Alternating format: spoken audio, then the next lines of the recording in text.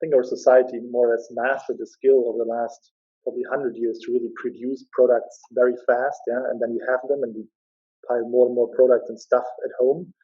But actually trying to close the loop or even having a second use for a product is very difficult and very, very time consuming. So we want to make that easier, and I think that's very important for the next couple of years to really master that skill. Yeah.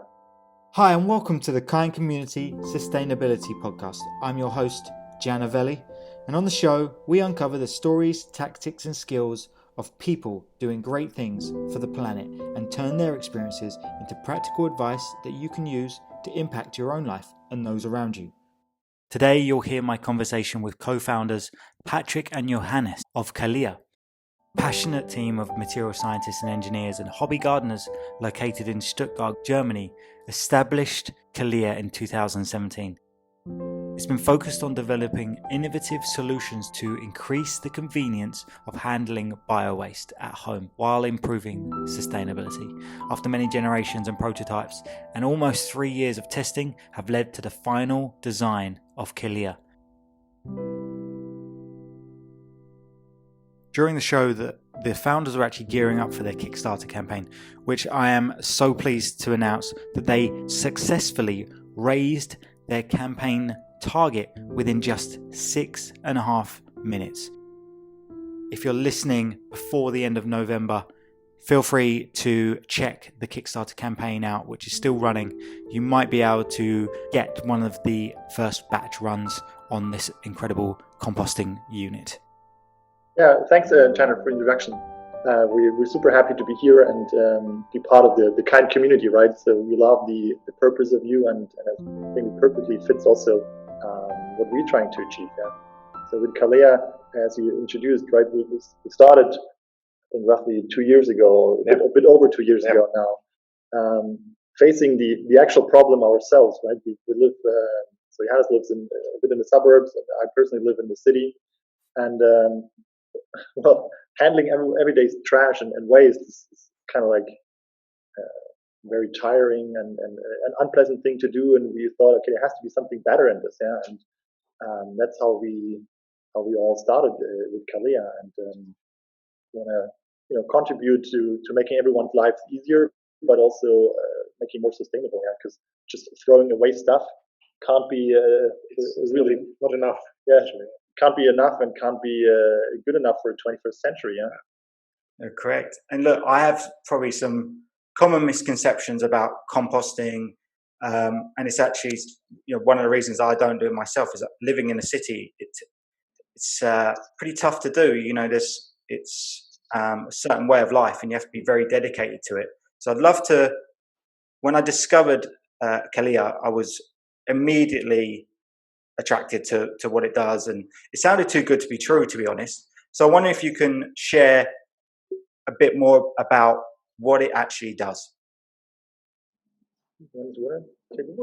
Yeah, shall I start? So generally what Kalea does, or how we came up with. So at the very beginning we also thought, okay, composting would be great, yeah, but my balcony is very small, so very difficult to do it there at home, and all the processes you can do is they're similar.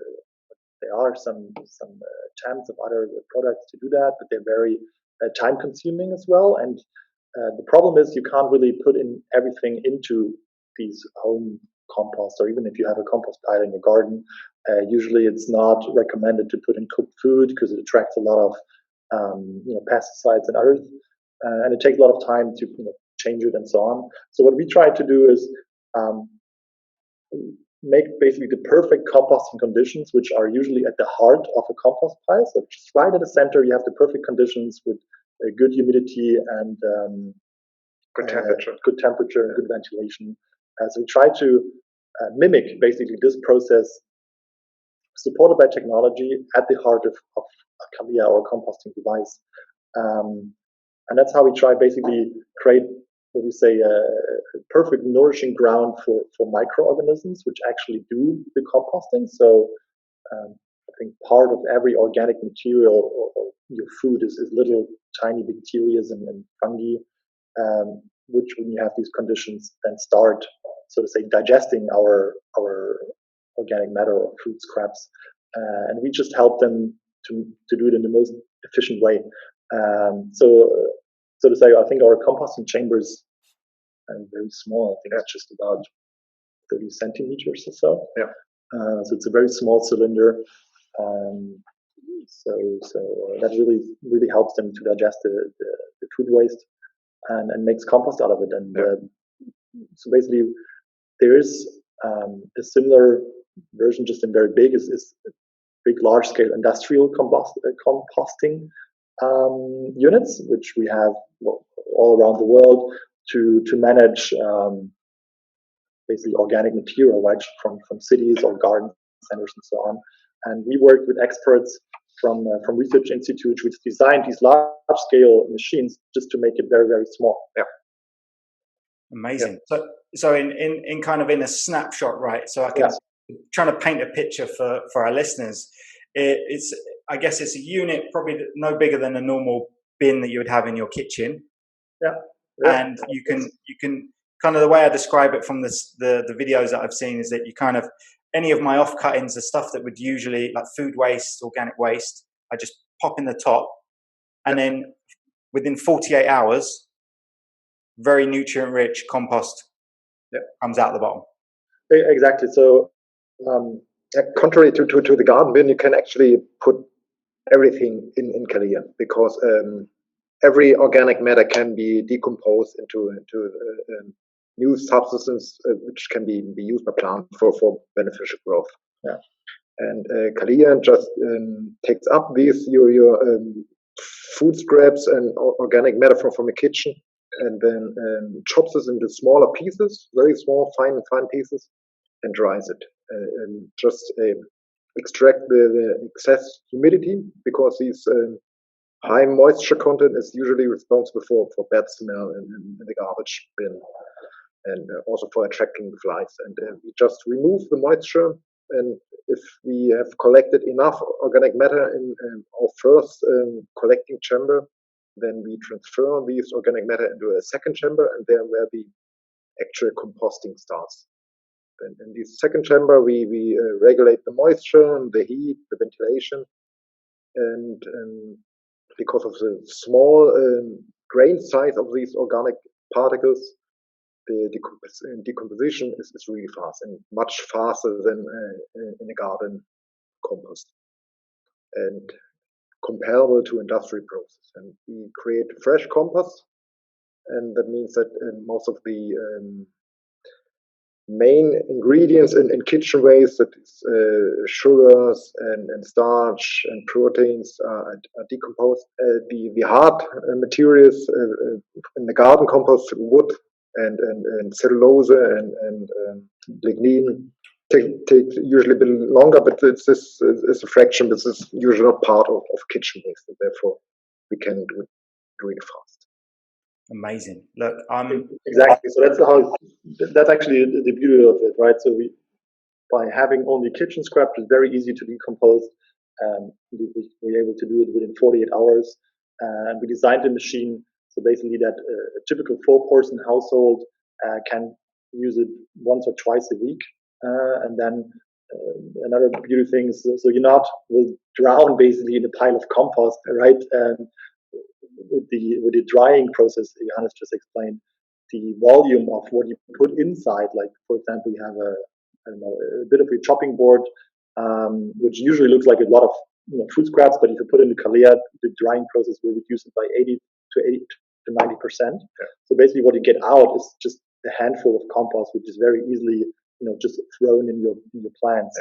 And our plants is also designed for maximum convenience, because one part of why most of people don't compost at home on the balcony or on the small little garden is because it takes time. It's effort. You have to mix the garden pile from time to time, and to bring the inner side, the outside, and make sure that every part of the compost pile is at one time has the optimum conditions which is only true in the center of this compost pile. And you have to bring the kitchen scraps from inside to outside, from even it's snow and rain. It is not good.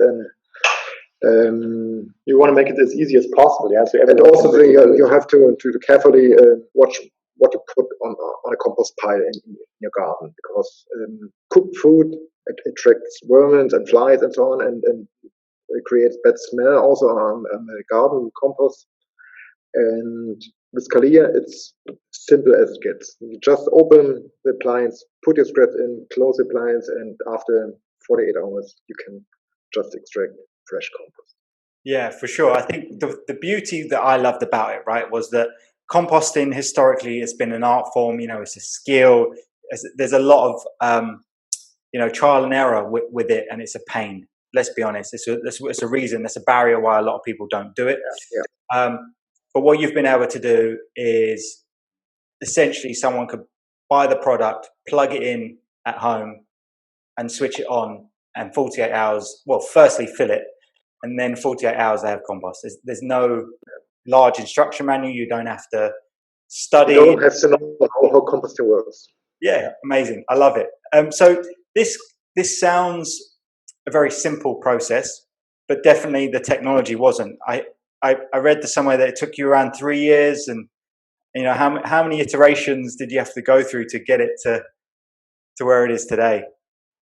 So now the version we're having is the 4th generation, actually, which is the fully functional product as we want it to be. It's a bit, as you described, it looks like a typical stand-aside compost or like trash bin, almost the size of usually former computer tower, right? Like if you don't remember the times when not everyone had a laptop or a notebook, just about its size. But actually, how it started was, we were mocking up old kitchen machines and trying to mimic the process there, and then with many iterations, we made it always better and better, and we had different iterations. We just tested very crucial parts of it. For example, we had one prototype dedicated for reducing the smell and having the right filter, because what nobody wants at home is having a smelly compost, right? So we really took care of that, and made several workshops. We were working very closely with potential customers. We did a lot of surveys and testing, also about the size. Yeah, so there was a lot of things to thought really through it to really come up with the final design. Amazing. So tell us a bit more about where you are today. Like, are you selling this product? Where can someone get it? Well, actually, it's a very good question. Thanks for that. We are about to start our Kickstarter campaign in a week from now, so beginning of October. And the Kickstarter campaign really should help us to understand where is the need or demand for the product the highest. So we understand that the problem generally addresses to all kind of households and people, but we understand a bit more of the geographical distribution as well. So we want to use Kickstarter for that, and then starting to shipping the product by end of 2021.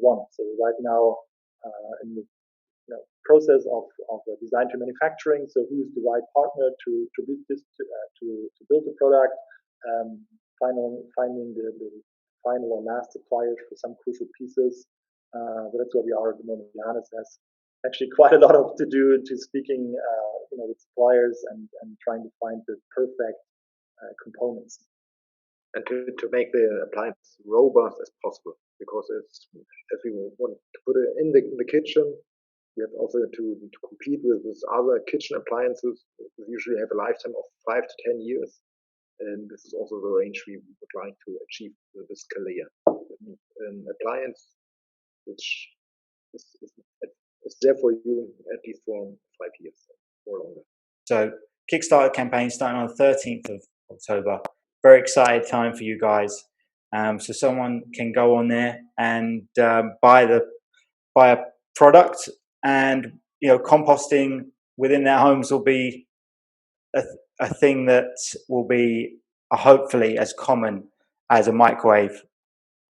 That's what we hope for, right? So everyone love, or I think with the big trend of healthy cooking and so on, everyone has a lot more to do and want to help people to just don't throw it waste. We always say there's generally waste, and we want to reduce that and to make something beautiful out of again, right? So basically close the loop from plant to plant again. Yeah, it's amazing, and surely through lockdown, you must have seen the incredible popularity of indoor plants now. People fitting out their homes with a bit more plant greenery, give them that that headspace, that lifestyle of well-being. I think you're helping that side of things as well with the compost. Yeah, exactly. So that's also. I'm a big plant lover myself, so I have plenty of plants at home, which actually maybe that's a device we also come up with next, how to water them the best way, because that's also very time consuming. But yeah, with Kalea, you basically can use the compost for your indoor plants and your outdoor plants, so even for everyone who lives in the city, it's a great thing to do. And that's Johannes is testing it constantly. Yeah. And we're super excited to have it ourselves on a constant use, right? So at the moment, we only have very limited devices, only 3 for permanent testing, but we're also hoping to have more and more, so we can start using it ourselves on a day-to-day basis. Yeah, and if you've got any beta testing that needs any examples or guinea pigs, I'll happily take one off your hands. I can imagine, my entrepreneur hat on here again. I'm thinking soon you'll start to have, say, perhaps a couple of people with maybe 3 or 4 mass-producing compost, bagging it up themselves and selling it to their neighbours or to garden centres. Yeah, that's something we really actually super excited to see. So what are people really doing with it? Or is it kind of like a community around it, and then sharing ideas and tips and tricks and little hacks how to use the best way, which plants work it. We're also working on a companion app for the Kalea, which tells you which plants use how much compost, so you don't just overthrow everything on the compost and then it doesn't really help anymore.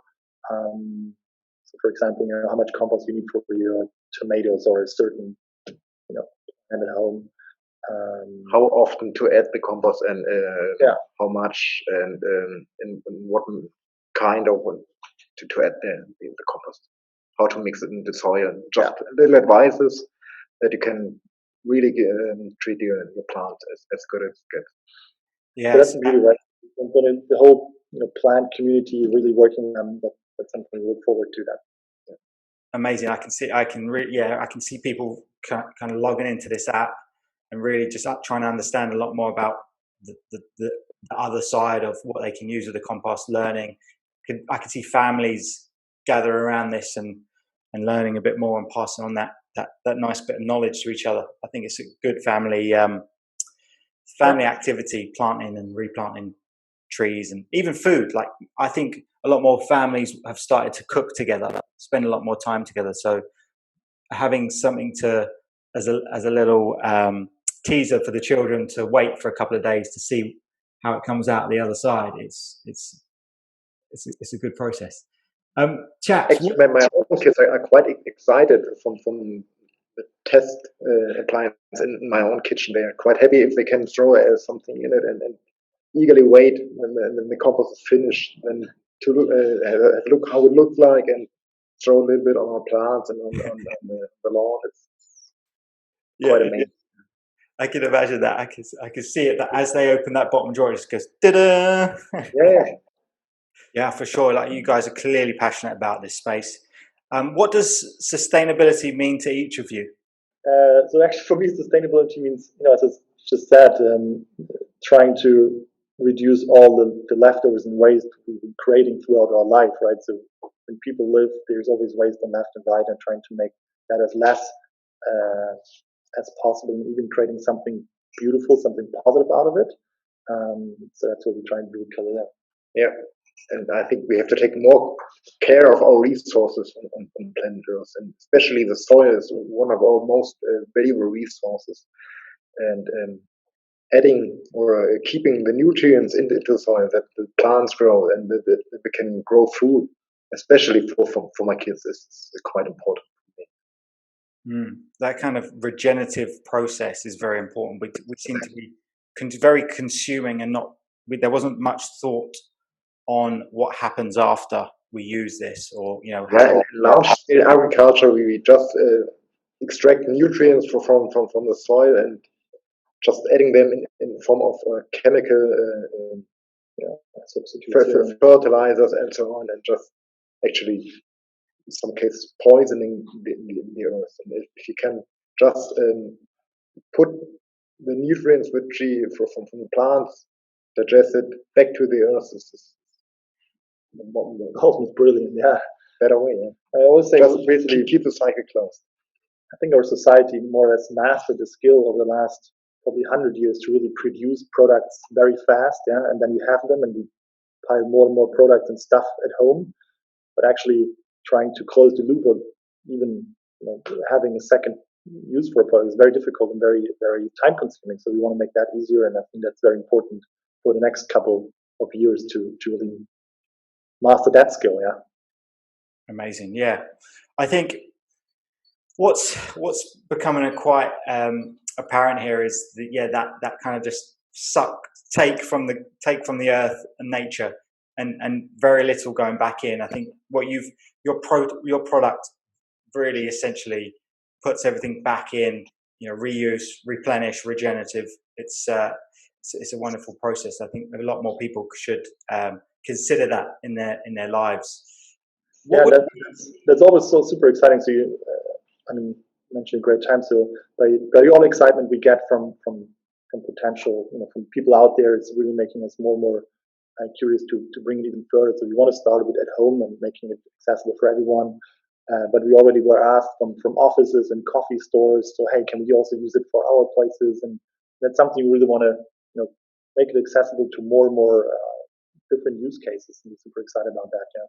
Yeah, I think that's one of the ways that we're going to be able to really shift towards more of a sustainable future, is empowering the individuals to be able to, every single one of us at home with a couple of simple steps will have a greater impact in the long run. Yeah, and we just have to make it as simple, as convenient as living in a conventional lifestyle. Yeah, I think that's very important. Okay.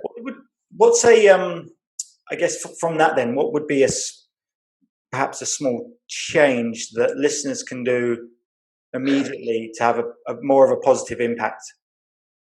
I mean, the very obvious one is obviously start making compost at home, yeah, and using us.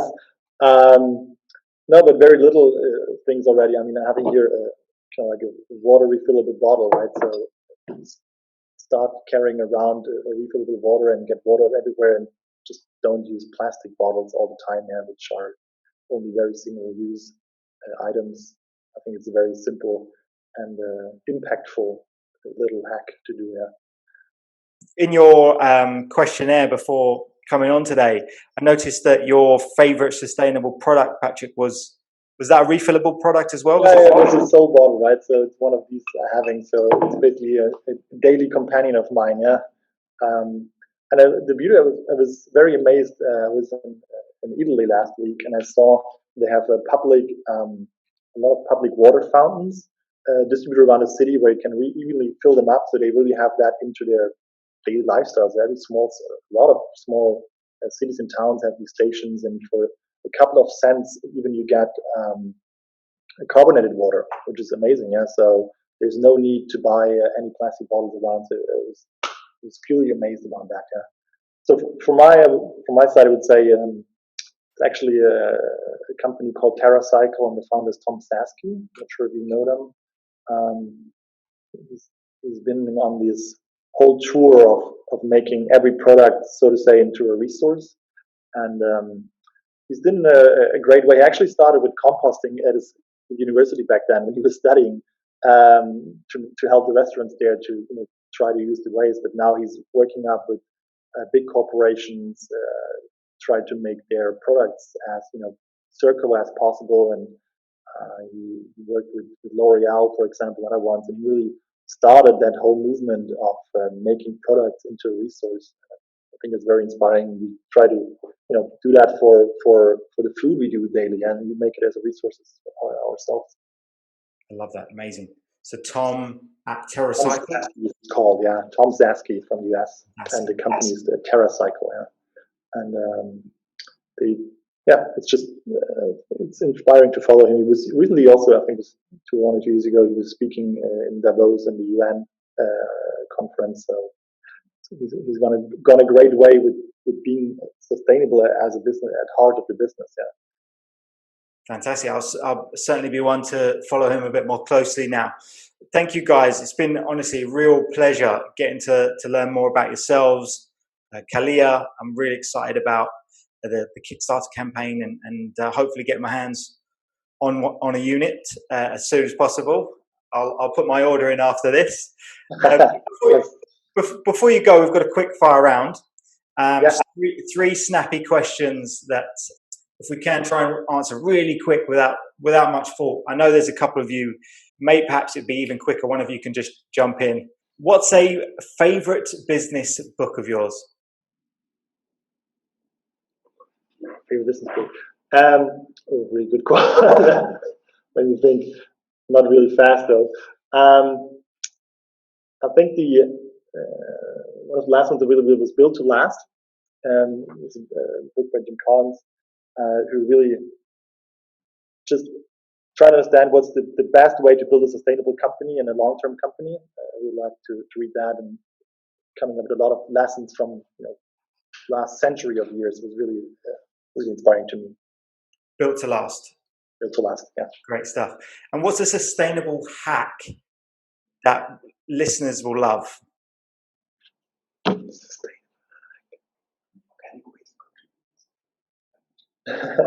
Sustainable hack. Well, sustainable hack is if you compost at home, then you reduce the CO2 and methane gas emissions in the world. So definitely making compost at home and don't throw it away, because then you'll do something good for climate and for your plants. Thanks, Patrick. And what would be one piece of advice that you would give your younger self? Well, start early on with being sustainable, right? I mean, it was, at the very beginning, was growing up young, was very, I would say, like a consumer-oriented person. Yeah, I mean, as everyone, I wanted to have more and better stuff, and wearing fancy clothes, and it really doesn't matter, actually. Yeah. How do people get hold of you, and how do people take part in this Kickstarter campaign? Yeah, thanks, John. It was also amazing speaking with you, and again, how you follow us and support us is you can check out our Instagram. It's mykalea _compost, or check out the website mykalea.de, and probably you also have some show notes to link to us, and then go and check out Kickstarter. Yeah, it's Kalea, Kalea, very easy to find, and we're happy to stay in touch with you. If you're inspired by my conversation with Patrick and Johannes, please remember to subscribe, leave us a review, and share it with anyone you think would love to join the community. I'm Giannavelli, and this is the Kind Community Podcast.